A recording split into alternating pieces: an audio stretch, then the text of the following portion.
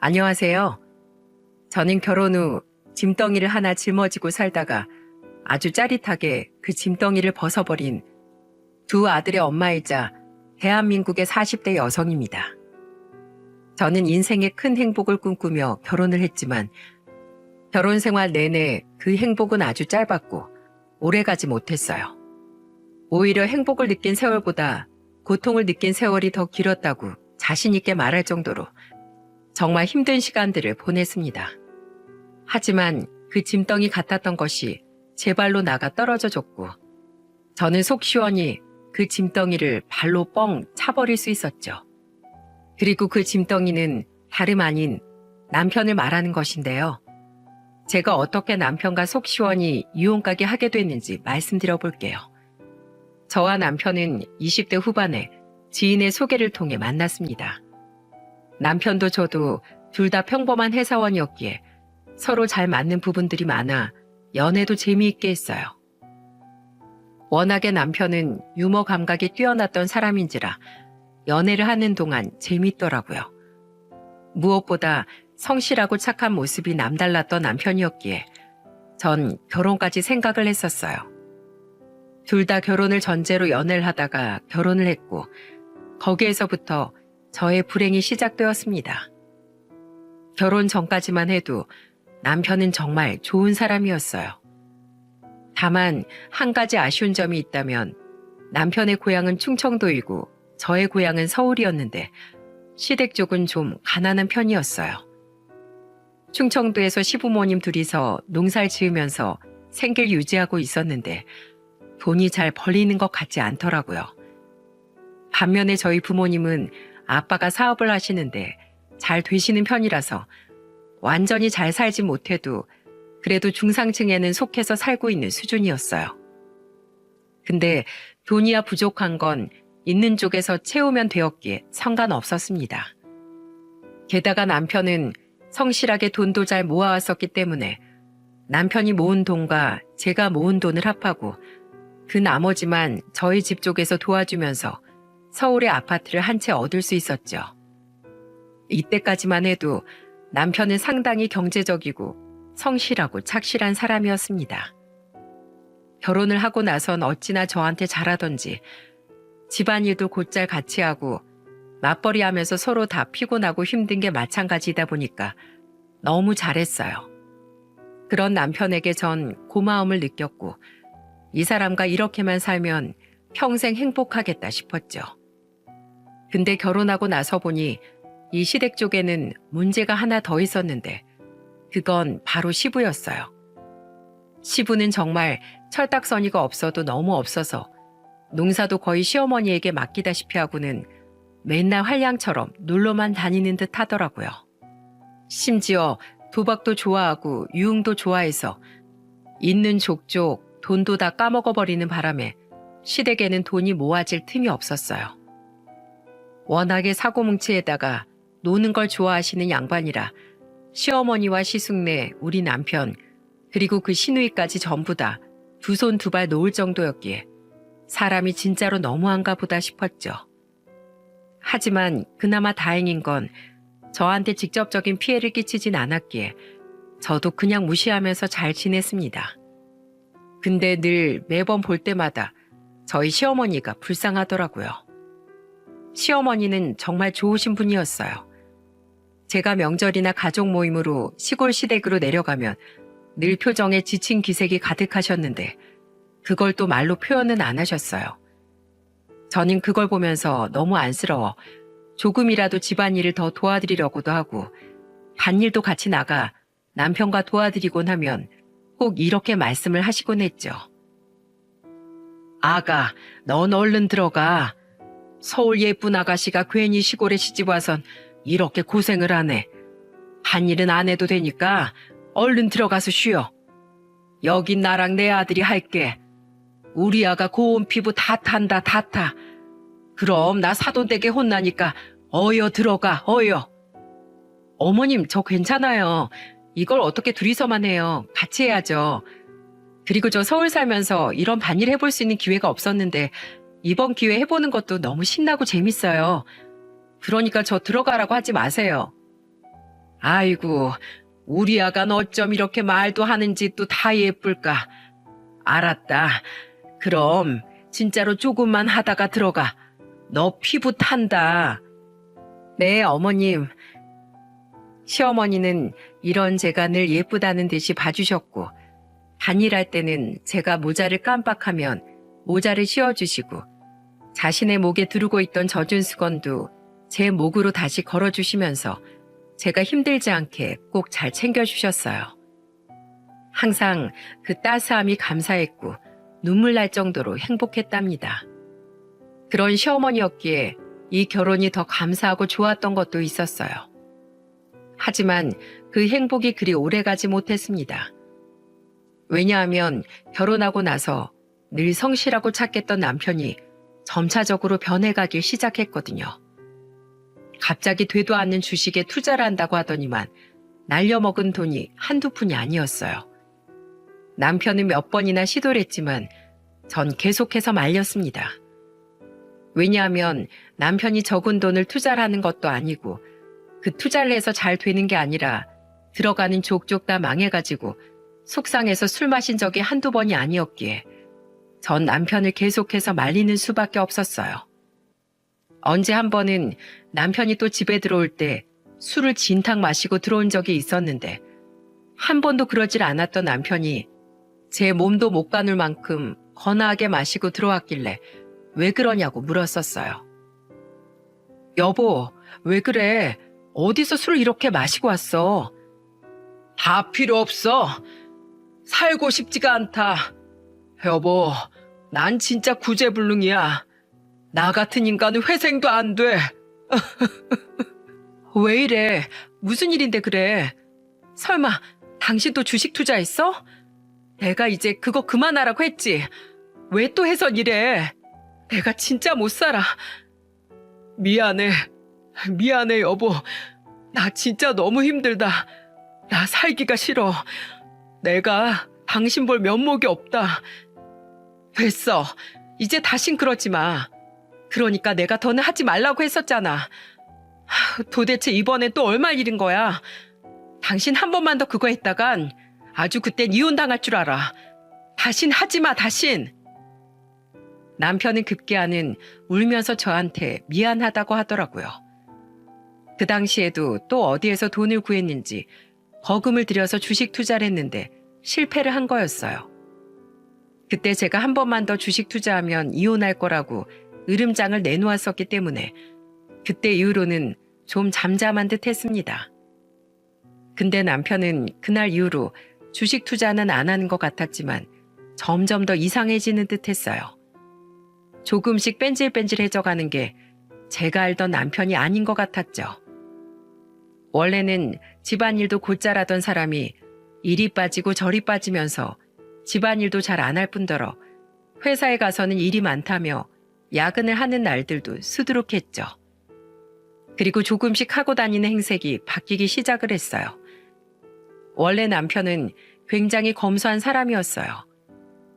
연애 때부터 돈을 함부로 쓰는 법이 없었고 늘 알뜰살뜰하게 모아선 꼭 필요할 때 그 돈을 쓰곤 했었죠.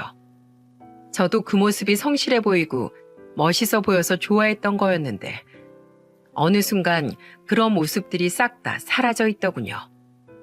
옷도 그냥 보세옷으로 아무리 비싸봤자 몇만 원 하는 옷만 입고 다니던 사람이 꽤나 비싸다고 알려져 있는 옷을 사서 입고 왔길래 물었죠. 여보, 이 옷 그래도 꽤 비싼 브랜드인데 어디서 났어? 당신 이런 거 사치라고 안 입고 다니잖아. 그거 내가 회사에서 이제 나이도 좀 있고 밑에 후배들도 있는데 애들보다도 내가 좀 싼 옷만 입고 다니는 것 같아서 큰맘 먹고 한번 사봤어. 아무래도 품위 유지도 좀 필요한 것 같더라고. 남편이 하는 말에도 일리가 있었기에 저도 그러려니 하고 넘어갔어요. 실제로 저 역시도 남편에게 평소 제발 옷 좀 괜찮은 것으로 깔끔하게 잘 입고 다니라고 한 적이 있었을 정도였으니 그건 참 잘했다 싶었죠. 남편은 워낙에 검소한 생활을 하다 보니 늘 티셔츠도 다 늘어진 것만 입고 다니고 색이 바래져 있어도 아무렇지도 않아 하던 사람이었어요. 근데 회사 안에서 후배들을 보면서 품위 유지할 생각을 했다고 하니 그건 잘했다 싶었던 거였어요. 근데 남편은 그게 끝이 아니었습니다. 점점 더 사들이는 물건들이 가격대가 나가는 돈으로 사들이기 시작했고 저는 슬슬 걱정이 되어가기 시작했습니다. 당시 저희 집 돈 관리는 제가 다 하고 있었는데 남편은 월급은 그대로 주던 대로 주고 있었기에 남편이 쓰고 있는 돈의 출처가 의심스러웠어요. 그래서 제가 물어봤죠. 여보, 요즘 돈이 어디서 나서 자꾸 그렇게 펑펑 쓰면서 다니는 거야? 당신 월급도 그대로잖아. 혹시 나 몰래 월급 올랐는데 일부만 주고 그러는 거야? 아니, 그런 거 아니야. 월급은 그대로 똑같은데 그동안 내가 당신한테 받은 생활비 중에서 좀 모아둔 게 있어서 그걸로 사고 있는 거야. 걱정하지 마. 저는 남편이 그렇다고 하길래 그런 줄로만 알고 있었어요. 워낙에 남편이 주식 투자를 하면서 돈을 날려먹은 게 많았었기 때문에 그 뒤로는 제가 경제 관리를 다 하고 있었어요. 월급을 다 모아 남편에겐 딱 필요한 용돈만 주고 있었는데 그 돈을 모아서 필요한 대로 쓰는 거라고 하니 그런가 보다 하고 있었죠. 하지만 믿는 도끼에 발등 찍히면서 그 뒤에 정말 큰 폭풍 같은 일이 기다리고 있을 줄은 꿈에도 생각을 하지 못하고 있었습니다. 이제는 남편이 주식 투자도 하지 않는 것 같고 다시 예전처럼 아무 탈 없이 회사를 잘 다니고 있는 것 같아 안심이 되었죠. 물론 집안일에 대해선 여전히 등한시하고 애들하고도 잘 놀아주지도 않았지만 일단은 남편이 경제적인 개념에서만큼은 정신을 차린 것 같아 거기에 안심을 하고 있었어요. 저희는 결혼을 하고서 아들만 2명 낳아 키우고 있었는데 초반엔 남편이 잘 놀아주고 했었지만 주식 투자다 뭐다 하면서 점점 이상해지면서부터 애들하고도 안 놀아주기 시작했어요. 거기에 대해 서운함이 커 몇 번이나 말을 했지만 남편은 그것에 대해서도 고칠 생각을 안 하더라고요. 거기에 엎친 데 덮친 격이라고 매번 주식 투자에 사고만 치다 보니까 오히려 애들하고 안 놀아주고 집안일을 등한시하는 건 큰 문제도 아니게 되었죠. 그 정도로 남편은 주식에 미쳐 있었기 때문에 저는 우선 남편이 돈 문제만 안 일으키는 것만으로도 다행이라고 생각을 하며 지내고 있었죠. 그러던 와중에 남편은 또다시 놀라운 행색을 하고는 제 앞에 나타났습니다. 그때 정말 깜짝 놀라고 말았어요. 저는 결혼 전부터 부모님의 영향으로 중상층으로 좀 여유 있게 살았기에 명품이나 백화점 브랜드에 대해선 빠삭하게 잘 알고 있었거든요. 원래 저도 결혼 전까지만 해도 그런데 관심이 많았다가 가정을 이루면서 내 벌이에 맞게 살자는 주의가 되어서 다 멀리 해왔던 거였기 때문에 그동안은 관심을 가지지 않고 살고 있었던 것뿐이었죠. 근데 남편이 제가 너무나 잘 알고 있는 로땡땡 시계를 딱 차고서 집에 들어오는 게 아니겠어요? 원래는 잘 몰랐는데 남편이 퇴근해서는 씻겠다고 시계를 제 화장대 위에 벗어놓길래 자연스럽게 보게 된 거였고 남편이나 제 수준으로는 절대로 살 수 없는 물건을 사온 걸 보면서 전 너무나도 깜짝 놀라 물었어요. 여보, 이 시계 뭐야? 당신 무슨 돈이 있어서 지금 이런 고급 시계를 사온 거야? 이게 얼마짜린 줄이나 알아? 도대체 이거 어디서 산 거야? 당신이 산 거야? 아니면 설마 훔친 건 아니지? 진짜로 산 거면 나한테 한마디 말도 없이 이 큰 돈을 어디서 나서 쓴 거야? 빨리 바른 대로 말해. 저는 오죽하면 이 돈은 절대로 남편에게서 나올 수 없는 돈이다 라는 생각이 들어 훔친 건 아닐까 하는 생각까지 들더라고요. 그만큼 현실성이 떨어지는 물건이 남편 손에 쥐어져 있던 거였죠. 근데 남편은 애타는 제 속은 알지도 못한 채 태평하게 말을 하더라고요. 아, 이거? 내가 혹시 몰라서 당신한테 말 안 했는데 실은 나 지난번에 정말 좋은 기회가 하나 있어서 살짝 주식 투자해 놓은 게 있었는데 그게 완전 대박 터졌지 뭐야. 진짜 내 인생에도 이런 기적이 오나 싶더라고. 혹시나 또 갑작스러운 상황이 생겨서 그 돈이 다 날아가 버릴까봐 당신한테 말도 못하고 있었는데 다행히 그게 딱 내 통장으로 그대로 들어온 거 있지? 내가 뭘 했어? 크게 한 방 터질 거라고 했지? 이제서야 내 도전이 빛을 발한 것뿐이야. 그래서 너무 기분 좋아서 기념도 하고 지금까지 고생했던 거 다 해소하게 기분 전환할 겸 하나 샀어. 이 시계가 진짜 남자들의 로망의 시계 아니겠어. 당신 것도 하나 사려고 했는데 당신은 워낙 검소해서 말이야. 그래도 생각해보니 안 되겠어. 내가 당신 것도 조만간 사다 줄게. 걱정하지 마. 뭐라고? 아니 주식 투자를 얼마나 해서 성공했길래 이 비싼 롯땡스 시계를 다 사. 너무 말도 안 되잖아. 저는 이 현실성 없는 씀씀이에 대한 출처가 주식 투자에서 성공한 돈이라는 말을 하는데 도저히 믿기지가 않더라고요. 그래서 남편에게 제가 계속 의심스럽다고 말을 했죠. 제가 하도 못 믿어하니까 실제로 남편이 자신의 증권회사 계좌에 들어가 있는 돈 사진을 보여주는데 정말로 그 안에는 놀라운 금액이 보였어요. 하지만 이게 아무리 진짜라고 해도 저는 그 돈을 그렇게 함부로 쓰는 씀씀이도 마음에 들지 않았습니다.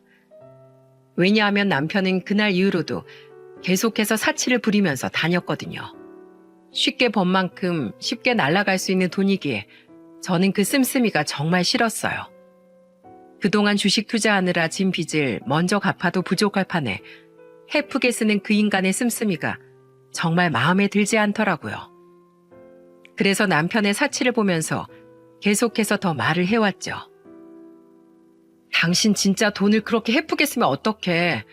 쉽게 번 돈은 그만큼 쉽게 생각했다가 큰 코 다치는 거 몰라?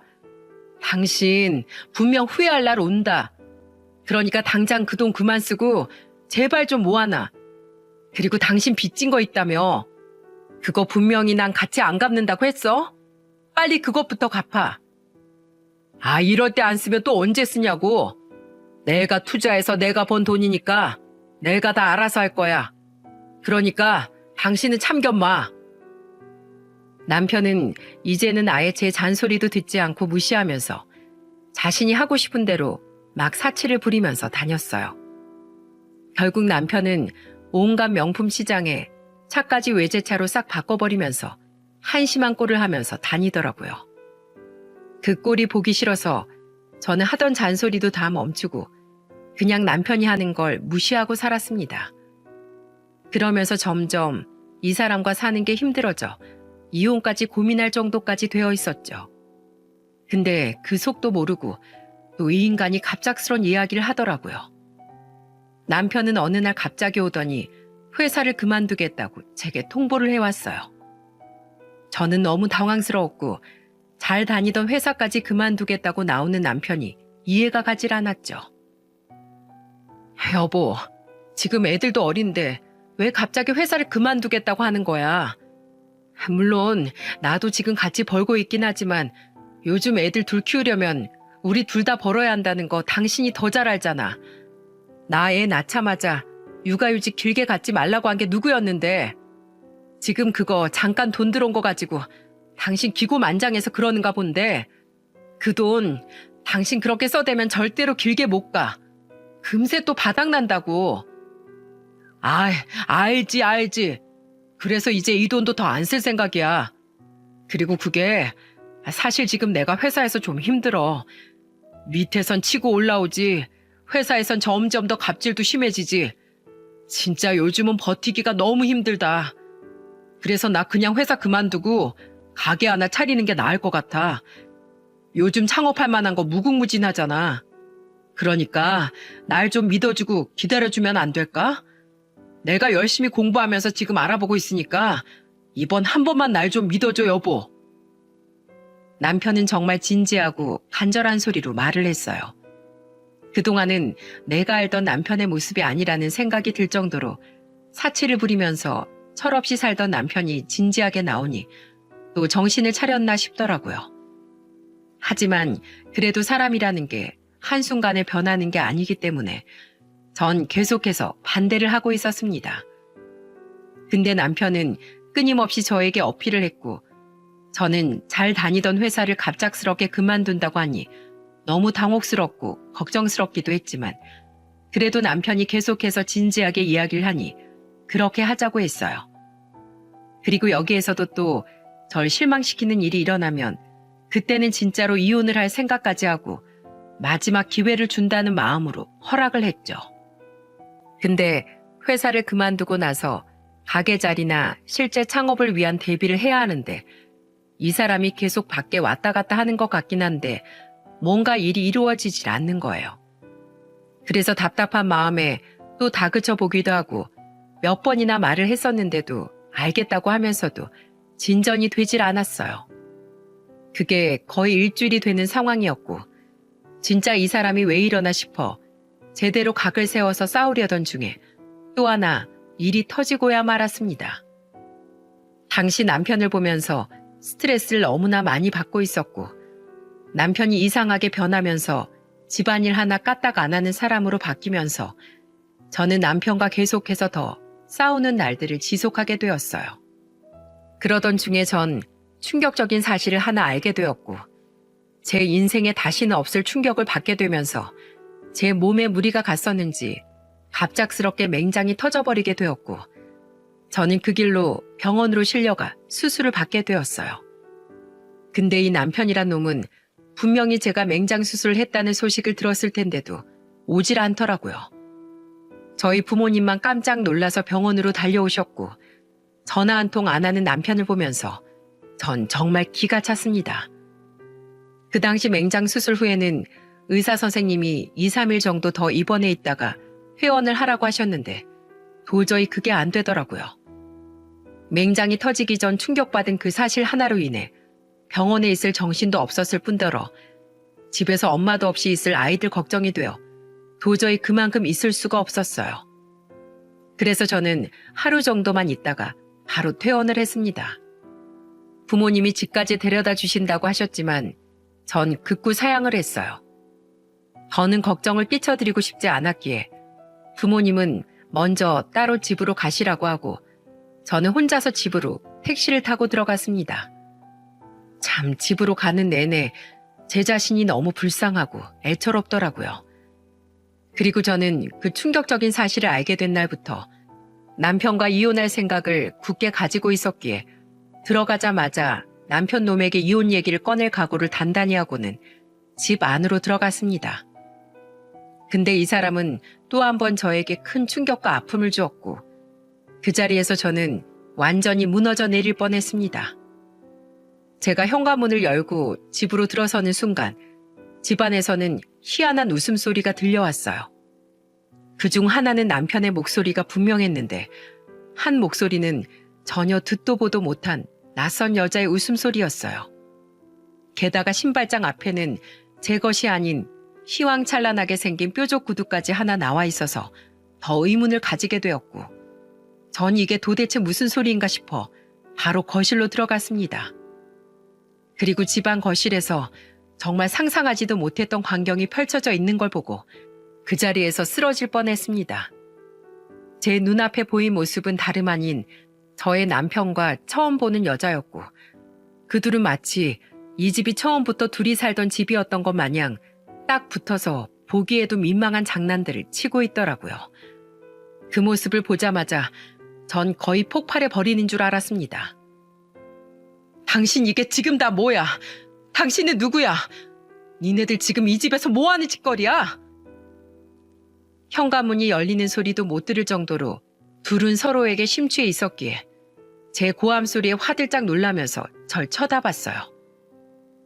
여보, 당신 내일 퇴원하는 거 아니었어? 갑자기 어떻게 온 거야? 뭐? 어떻게 왔냐고? 너 설마 나 맹장 터져서 병원으로 실려가자마자 이 짓거리 하느라 병원에도 안 와본 거니? 네가 그러고도 사람이야? 그리고 지금 애들 올 시간도 다 됐는데 애들이 이 꼴 보면 어쩌려고 당신 여자를 집까지 데리고 와서 이러고 있는 거야? 당신 진짜 미쳤어? 아니, 이제 금방 가려고 했어. 나가려고 했다고. 저는 남편의 대응에 더 기가 찼습니다. 정말 이것보다 더 황당한 일이 내 인생에 또 있을까 싶더라고요. 나가려고 했다고? 지금 그게 나한테 할 소리니? 저 여자 대체 뭐야? 누군데 내 집 거실에 떡하니 앉아있는 거냐고. 저는 남편에게 여자의 정체에 대해 물었고 그 뻔뻔스런 여자는 아무렇지도 않다는 듯 저한테 말을 건네왔습니다. 저요? 저 오빠랑 만나는 사람인데요. 오빠가 저랑 집에 한번 같이 있고 싶다고 해서 와본 거예요. 오빠가 같이 사는 여자랑은 너무 부부 느낌이 안 난다면서 저더러 좀 부부같이 있어달라고 하더라고요. 그러니까 오빠한테 잘했었어야죠. 오빠가 오죽하면 날 여기까지 데리고 왔을까? 야, 너 진짜 돌았니? 어? 진짜 개념을 상실했어? 아니면 뇌가 없는 거니? 언니, 그렇게 열내봤자 소용없어요. 내가 이 집에 들어오면서 이 정도도 예상 못했을까 봐요. 나 오빠 이혼시킬 마음 충분히 있어요. 요즘은 위자료도 최대가 3천만 원이라면서요. 나 정도쯤이야 오빠 위해서라면 얼마든지 쓸 수 있죠. 그러니까 우리 오빠 그만 좀 타박하세요. 나 우리 오빠 구박당하는 꼴 못 보니까. 언니가 그래서 안 되는 거예요. 그러니까 우리 오빠가 진저리를 치지. 와, 아무리 세상이 변했어도 상간녀가 본처 앞에서 이렇게 당당할 수 있는 걸까요? 저는 이 상황에 대해서 뭐라 할 말이 없었습니다. 저는 정말 이 어이가 없는 상황에서 도대체 뭘 해야 할까 순간 고민이 되었어요. 이 사람들은 제가 더 반박할 말을 기다리고 있었는지 제가 말할 때까지 저만 쳐다보고 있었고 그로 인해 거의 1분 정도가 정적으로 흘러갔습니다. 1분쯤 되었을 때 저는 저도 모르게 실성한 사람처럼 웃음이 흘러나오더라고요. 너무 현실성이 떨어지는 이 상황을 보면서 그저 웃음밖에 나오질 않았어요. 그래서 그냥 웃기는 대로 막 웃었습니다. 아이고, 진짜 내 배야. 아, 그래. 좋다, 좋아. 나 안 그래도 이 집에 들어오는 내내 저 인간이랑 이혼하는 생각하면서 왔는데, 와, 이게 이렇게 실현이 되네. 진짜 죽인다, 죽여. 그냥 신은 내 편이네. 야, 저 인간 너 가져라. 너 줄게. 아이고, 쓰레기 처리반이 알아서 굴러들어와 주니까 너무 편하네. 야, 깔끔하게 치워서 가지고 가라. 알았지? 제가 실성한 사람처럼 웃으며 상간녀를 향해 말을 하니 그제서야 상황이 역전되면서 이 상황을 황당해하고 당황스러워하는 건 제 쪽이 아닌 상간녀 쪽이 되어버렸습니다. 제 반응을 보면서 상간녀는 예상치 못한 상황이었는지 당황하면서 저에게 말을 하더군요. 보통 이런 상황엔 본처가 제 머리채 잡거나 저 때리면서 쌍욕하거나 그래야 하는 거 아닌가요? 그래, 보통은 그런가 보더라. 근데 드라마를 너무 봤네, 우리 동생. 근데 내 인생은 드라마가 아니라서 말이야. 난 오히려 너무 고맙네, 우리 동생이. 내가 널 왜 때리겠니? 이렇게 고마운 존재인데. 난 그저 네가 고맙다야. 내가 너네 둘 사이 아주 많이 응원할게. 내가 너 진짜 칭찬한다, 칭찬해. 자, 둘의 행복을 위해 친히 박수 쳐줄 테니까 행복하게 잘 살아봐. 뭐라고요? 그리고 난 내 손으로 더러운 너 따위 만지고 싶지도 않아. 그러니까 나한테 맞고 싶걸랑 좀 씻고 오렴. 진짜 가짜나 서원. 야, 너 그리고 저 인간이 어떤 인간인 줄 아니? 너 저 인간에 대해 다 알고나 만나는 거야? 저 인간 얼마나 무서운 인간인데. 너도 앞으로 큰 코 다칠 수 있어. 제가 이 말까지 하니 그제서야 아무 말 없이 저와 상간녀의 대치를 지켜보기만 하던 남편이 당황하며 입을 열었어요. 당신, 그게 무슨 소리야? 무슨 말을 하고 싶은 거야? 당신, 내가 모르고 있는 줄 알았지? 네가 진짜로 회사 그만둔 이유 내가 모르고 있었을 것 같아? 네가 얼마나 이 집에 관심이 없으면 내가 다 알고 있다는 사실조차 파악을 못하고 있었을까? 진짜 대책 없이 한심하다, 한심해. 야, 너 저기 위에 가서 식탁 위에 좀 봐라. 뭐가 있는지. 남편은 제가 한 말에 금세 달려가 식탁 위를 봤고 식탁 한쪽 구석에 경찰서에서 날라온 출석 요구서가 올려져 있었어요. 남편은 그걸 보자마자 경악하는 얼굴로 바뀌어버렸고 저는 더 한심한 표정으로 남편을 보면서 말했습니다. 야, 넌 네가 회사 그만두고 싶어서 그만둔 거 아니잖아. 잘린 거잖아. 너 회사 돈 횡령했다며? 그것도 5년씩이나. 얼마나 간땡이가 부었으면 그 무서운 짓을 하니? 근데 결국엔 감사 때 다 걸려가지고 너 고소까지 당했지? 와, 진짜 이 무서운 인간 같으니라고. 너 지금까지 그 횡령한 돈 가지고 나한테 주식 투자해서 성공했다면서 거짓말하고는 그렇게 사치 부리면서 다녔니? 여자나 꼬시고 다니고? 야, 진짜 겁대가리 상실한 놈이었네 이게. 제가 맹장 수술 전 남편만 생각하면 한숨이 푹푹 쉬어지던 전 이 모든 상황을 어떻게 풀어가야 할지 너무 막막했어요. 그러던 와중에 등기가 와서 받아 확인했고 그 등기를 통해서 너무나도 충격적인 사실을 마주해야 했습니다. 저는 그 등기를 보고는 남편이 진짜로 회사를 그만두게 된 이유를 알게 되었고 그 사실을 알게 되자마자 귀로 까무러칠 뻔했습니다. 남편이 회사를 그만두게 된 이유는 바로 다른 것도 아닌 횡령 사건이었기 때문이었죠. 성실하게 회사 생활 잘하던 남편은 무슨 바람이 불어서였는지 모르겠지만 회사 돈을 횡령을 하고 있었어요. 근데 남편은 미리 회사에서 감사가 나온다는 소식을 듣게 되면서 자신의 만행이 걸릴 것 같으니 먼저 선수를 쳐서 일을 그만둔 거였고 실제로 감사를 통해 남편의 행각이 들통이 났을 때 남편은 이미 번호까지 다 바꿔버린 상황이었기에 출석 요구에 대해서도 다 모르고 있었던 거였죠. 저는 중간에 남편이 회사를 그만두면서 번호까지 바꾸길래 아예 그 회사 사람들하고는 연도 끊고 싶은가 보다 생각만 하고 있었는데 실은 그게 제대로 피하기 위함이었다는 걸 그때서야 알게 되었어요.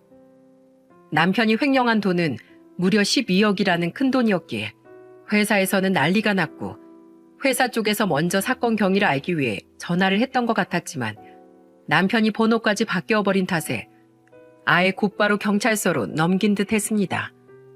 근데 그마저도 남편이 경찰 쪽에 연락을 받고 조사를 받으러 나가야 했는데 연락이 아예 닿질 않으니 남편에게 출석 요구를 하는 문서를 경찰서 쪽에서 보내왔고 그걸 제가 보게 된 거였죠. 그로 인해서 제가 모든 사실을 다 알게 되면서 저는 큰 충격에 빠지게 되었습니다. 남편이 주식으로 성공했다는 건 전부 다 거짓말이었고 그 큰 돈들은 모두 다 회사에서 횡령한 돈이었다는 사실을 다 알게 되었죠. 짧게도 아니었어요. 남편은 그간 5년 동안 조금씩 회사 돈을 횡령해왔고 그게 나중엔 간땡이가 커져서 큰 돈을 횡령하면서 그 사치를 부리게 된 거였어요. 그 모든 사실을 등기를 받자마자 회사에 전화를 해서 알아보게 되었고 충격적인 사실들을 모두 다 전달받은 상황에서 더 머리가 복잡해지니 결국엔 제 맹장이 터져버렸던 것 같아요. 극도의 스트레스를 받으면서 몸도 제대로 챙기질 않으니 어찌 보면 당연한 일이었던 거죠. 남편은 제가 이 모든 사실을 다 알고 있었는지 몰랐기에 더욱 당황을 하기 시작했습니다. 하지만 이미 모든 게 다 들통이 났고 끝나버린 상황이었기에 저는 남편과 이혼을 결심했고 그 자리에서 그 두 인간들에게 한 번 더 말을 했어요. 야, 아무튼 니네 둘 참 잘 어울린 한 쌍이다. 둘 다 간땡이가 부은 게 참 잘 어울린다 야. 너네 둘이서 어디 잘 먹고 잘 살아봐라. 이 모든 것들을 다 그 자리에서 까발리니 난리가 난 건 남편뿐만이 아니었어요. 상간녀도 이 모든 사실을 알게 되면서 난리가 났습니다. 오빠, 이거 다 사실이야? 오빠가 정말로 그런 거냐고. 남편은 당황해서 우물쭈물하면서 대답을 못하고 있길래 제가 친절하게 답변을 해줬습니다. 야, 당연하지. 너 니네 오빠 아주 많이 사랑해서 네 오빠 위해서 위자료 3천만 원도 다 낼 수 있다고 했지? 아유, 아주 수뇌부 같은 사랑이네. 눈물겨운 사랑이야. 근데 너 이제 어떡하니?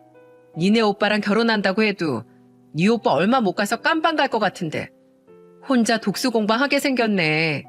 앞으로 네 미래는 네 오빠 옥바라지 하면서 영치금 넣어주고 또 면회 가면서 그렇게 인생 보내야겠다. 아유, 참 젊은 나이 안 됐네. 아니다. 오히려 진정한 사랑이라 너무 로맨틱한 인생인 건가? 암튼 그렇다 해도 난 전혀 부럽진 않다 얘. 하여간 나는 네가 주는 그 3천만 원으로 인생 펴고 재밌게 살아볼게. 너무 고맙다 야. 조만간 위자료 소송 걸어줄 테니까 집에서 딱 기다리고 있어. 저는 한껏 비웃어주면서 상간녀에게 말을 했습니다. 역시 상간녀는 거의 까무러치듯 난리 법석을 떨어대더군요. 급기야는 남편의 뺨을 확 후려갈기고는 그대로 맨발로 집안을 뛰쳐나가 도망가는데 저는 배꼽이 빠지는 줄 알았습니다. 어찌나 웃겼는지 몰라요. 저는 어차피 남편과 이혼 생각을 하고 있었는데 본인이 알아서 이혼 건수를 잡아서 저에게 던져주니 저는 그저 고마울 따름이었죠. 이미 이 횡령 사건만으로도 이혼 사유가 충분했는데 외도까지 해주니 아주 금상첨화더라고요. 덕분에 저는 아주 속 시원하게 이혼을 할 수 있었답니다. 근데 남편은 아니었죠. 완전히 난리가 났었어요. 여보, 내가 잘못했어. 내가 정말 미쳤었나 봐. 그냥 잠시 돈에 눈이 멀어서 돌았었어.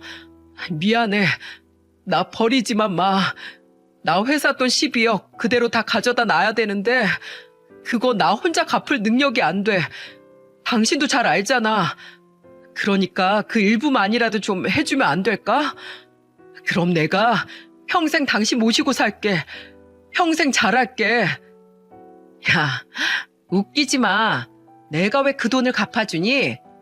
와, 12억 진짜. 넌 간땡이가 진짜 부어올랐구나. 나도 내가 왜 그랬는지 모르겠어. 당신 몰래 주식 투자해서 망한 거 그거 몰래 메꿀 방법은 횡령밖에 없었어. 그래서 그랬던 거야. 이게 다 어떻게 보면 당신 때문인 거잖아. 당신이 날 조금 믿어주기만 했었어도 내가 그 횡령까진 안 했다고. 알아? 야, 너 지금 그걸 변명이라고 하냐? 그게 다 나 때문이라고? 그렇게 말하면 네가 한 짓거리가 없던 일이 되니? 용서가 돼? 그리고 그게 왜 나 때문이야? 순전히 다 네 허황된 꿈 때문인 거지. 주식으로 성공하는 사람이 얼마나 있다고. 너 몇 번이나 주식질 하다가 돈 날려 먹은 거 내가 몇 번 참아준 것만 해도 나는 보살이야. 알아? 네가 주식으로 날린 돈이 적니? 몇 천이나 날려 먹었잖아. 그 꼴을 지켜보면서도 내가 널 계속 믿어줘야 돼? 진짜 변명도 기똥차다 너. 근데 어쩌니? 창의력은 좋았는데 그걸 현실로 만들 능력이 부족하네. 좀 더 능력치 좀 키워봐라 얘. 그 전에 위자료는 톡톡히 준비하고. 알았지? 이 인간은 처음에는 저 몰래 주식 투자했다가 또 날려먹은 돈을 메꾸기 위해 회사 돈을 횡령을 했다가 그게 걸리질 않으니까 신이 나서 계속해서 횡령을 했던 거였어요. 그 횡령한 돈으로 사치를 부리는 거에 익숙해지다 보니 그 손이 점점 더 커지게 되었던 거죠.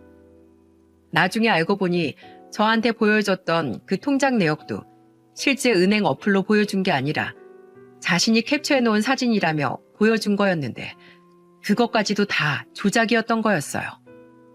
그만큼 남편은 아예 치밀하게 사기 행각을 저질렀던 거였습니다. 맞아. 여보 당신 말이 다 맞아. 사실은 다 핑계야. 당신은 아무 잘못 없어. 사실은 다 내 잘못이야. 근데 내가 진짜로 그걸 다 갚을 능력이 안 돼. 근데 쳐가는 능력이 되잖아. 그러니까 제발 그동안 같이 산 시간을 봐서라도, 아니 우리 애들을 봐서라도 나 좀 도와줘. 당신 우리 애들이 어디 나가서 아빠가 범죄자란 소리 듣고 살았으면 좋겠어? 그러니까 애들을 생각해서라도 제발 좀 나 좀 도와줘. 웃기지 마. 당신은 그냥 끝이야. 당신이 저지른 짓은 당신이 알아서 해결하고 우리 애들은 내가 그딴 소리 못 듣게 할 거니까 그건 걱정하지 마. 네가 걱정할 건 앞으로 네 신상이나 어떻게 챙겨야 하는 건지야. 아무튼 난 내 할 말 다 했다. 네가 진짜로 애들을 생각한다면 그냥 더 추한 모습 보이지 말고 죗값 잘 치러. 그리고 다신 애들 앞에도 내 앞에도 나타나지 말고. 그게 네가 할 일이야. 안 돼. 안 돼, 여보. 제발 나 좀 도와줘. 남편은 계속해서 제 바지가랑이를 잡고 늘어졌고 저는 더는 이 인간 꼴을 보고 싶지 않아 그대로 엉덩이를 있는 그대로 힘껏 차버리고는 집에서 쫓아내버렸어요. 그 이후로 남편이 집에 들어오지 못하도록 저는 집 비밀번호까지 바꿔버렸습니다. 그리고 바로 저희 짐을 싸서는 애들과 함께 친정으로 갔어요. 그 집에 계속 있다가는 남편이 계속 찾아와서 난동을 피울 것 같아 무서워 친정에 그동안 있었던 일들을 전부 다 말하며 애들을 데리고 들어갔고 저희 부모님은 그런 사이는 필요 없다면서 절 다독여주면서 받아주셨죠. 남편은 제가 집에도 없고 집 비밀번호도 바꿔놨더니 역시나 친정까지 찾아왔더라고요. 하지만 저희 아빠가 무섭게 나오자 그대로 주랭랑을 쳐버리면서 똥줄 빠지게 도망가던 거 있죠. 그 이후에 남편 놈은 경찰서로 잡혀 들어가 합의도 하지 못한 채로 콩밥을 먹게 된 것 같았어요. 그리고 저는 상간녀에게 말한 것처럼 그대로 위자료 소송을 걸었습니다. 그 여자는 저희 집안에 있을 때까지만 해도 뻔뻔하게 나오더니 실제로 위자료 소송에 걸리게 되니까 그제서야 울고불고 하면서 저한테 매달리며 말을 하더라고요. 언니, 제가 진짜 잘못했어요. 제발 위자료 조금만 더 깎아주면 안 될까요? 저 사실 빈털털이에요. 오빠가 자기가 돈 많으니까 걱정하지 말라면서 자기만 믿으라고 해서 저도 그냥 저질렀던 거예요. 그러니까 제발 좀 용서해 주시고 위자료 좀 깎아주세요. 네? 싫어. 너도 좀 배워야 할 필요가 있어. 그러니까 말은 함부로 내뱉는 게 아니란다 얘야. 네가 한 말과 행동엔 책임이 따르는 거야. 난 네가 분명히 위자료 3천만 원 준다고 했고 난 그 말을 들었으니까 그대로 실천하는 것뿐이야. 아무튼 네가 주는 돈 내가 잘 쓸게. 고맙다. 그리고 앞으로 너도 이번 기회에 잘 깨달았으면 제발 정신 차리고 똑바로 살아라. 알겠니? 이 한심한 년아? 저는 저를 붙잡고 늘어지려는 상간녀를 두고는 그대로 말을 하고는 박차고 나와버렸어요. 뒤에서는 엉엉 우는 소리가 들려왔지만 무시하고 나왔습니다. 왜냐하면 아무것도 모르고 들어간 제 집에서 두 인간들을 보던 순간 제 속에서는 피눈물이 났었거든요. 그거에 비하면 그 상간녀의 눈물은 저한테 아무것도 아니었습니다. 그렇게 소송까지 잘 마무리해서 저는 그 상간녀에게 3천만 원이란 위자료를 받을 수 있었어요. 그 뒤로는 2년 정도 시간이 지났는데 남편 놈은 아직도 감방에 있는 듯 했어요.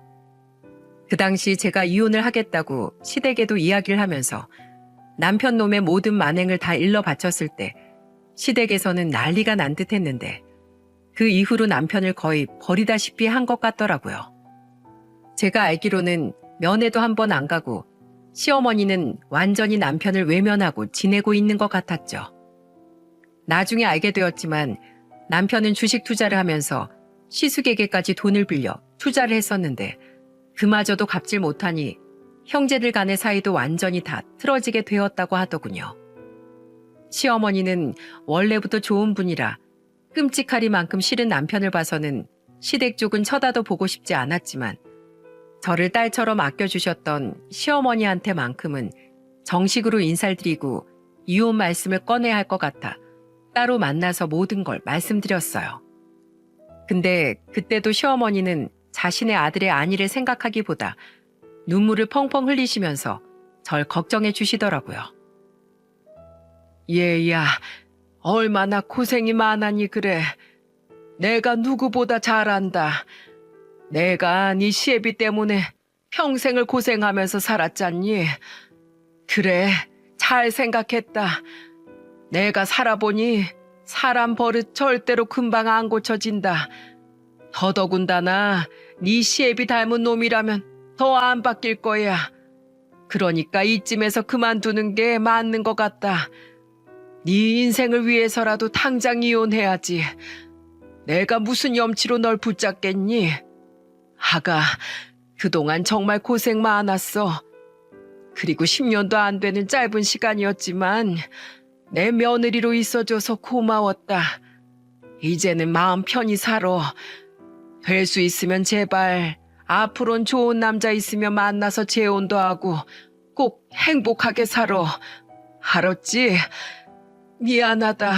내가 너무 미안해. 내가 내 자식을 잘못 키우는 바람에 너만 힘들게 만들었구나. 사돈댁에 너무나 죄송해서 어쩌니. 아휴, 정말 미안하다. 부디 이 못난 시애미를 용서해다오. 어머니 아니에요. 이게 왜 다 어머님 잘못이에요. 그 인간이 잘못한 건데요. 이건 그 누구의 잘못도 아니에요. 그 당사자만 잘못인 거잖아요. 전 그렇게 생각하기로 했어요. 안 그러면 제가 너무 잘못 살아온 것 같아서 스스로 힘들어지더라고요. 그러니까 어머님도 자책하지 마시고 부디 행복하게 편안하게 사세요. 비록 앞으로 더 뵐 순 없겠지만 어머님만큼은 꼭 행복하시길 바라고 있을게요. 그동안 부족한 며느리 잘 보듬어 주셔서 감사했습니다. 그 은혜 잊지 않을게요. 저와 시어머니는 그렇게 펑펑 울면서 서로를 꼭 껴안아주고는 이혼을 했습니다. 그런 시어머니였기에 남편의 만행을 알고 나서는 남편이 깜빵에 갔어도 면회 한 번을 안 가셨던 것 같아요. 근데 이 인간은 그 감방 생활을 하면서도 끝까지 정신을 못 차렸는지 저한테 이런 편지까지 보냈더라고요. 여보, 나 정말 감방 생활 너무 힘들다. 어머니도 날 외면하곤 면회 한 번을 안 오셔.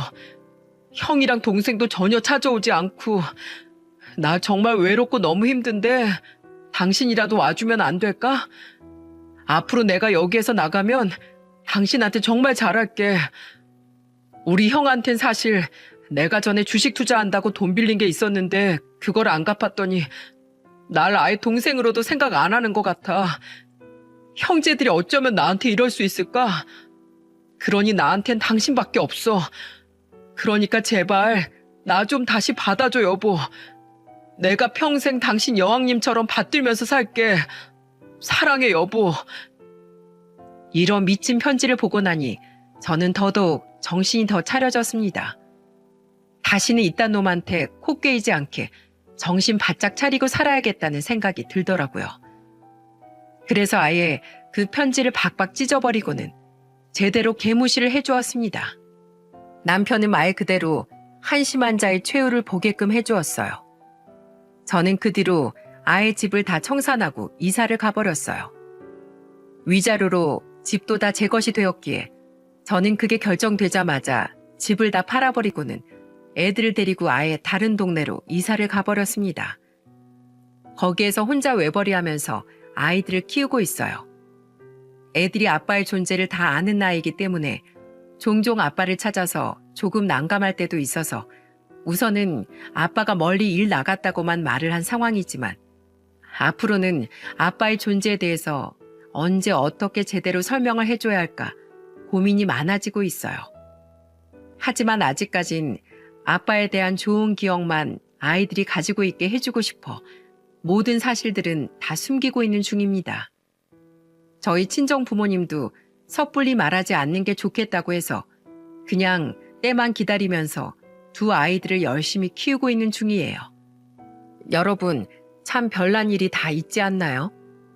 저는 제 남편이란 사람이 돈에 눈이 멀어 그 험한 짓거리까지 할 줄은 몰랐어요. 하지만 세상은 정말 두고 보며 살아야 할 일이더라고요. 남편이 언제 죗값을 다 치르고 나올지 모르겠지만 전 이제는 전 남편이 된 그 인간은 더 상종 안 하고 살 생각이랍니다. 아이들에게도 더 보여줄 마음도 없고요. 그저 아빠 없이 클 우리 애들이 더 상처받지 않고 그저 밝게, 그저 행복하게만 잘 살았으면 하는 마음뿐입니다. 저는 오히려 10년도 안 되는 그 짧은 결혼 시간 동안 초반엔 좋았다가 나중에 가면 갈수록 짐덩이처럼 느껴졌던 남편이 사라지니 속이 후련한 상태예요. 그래서 앞으로는 더 저의 행복을 위해 잘 할 수 있을 것 같습니다. 부디 저의 앞날을 지켜봐 주시고 우리 애들과 저까지 이 세 식구가 똘똘 뭉쳐서 행복한 인생을 살아갈 수 있도록 응원해 주세요. 그리고 저도 여러분에게는 부디 좋은 일들만, 행복한 일만 가득하시길 마음 다해서 응원하겠습니다. 저의 긴 사연을 들어주셔서 감사합니다.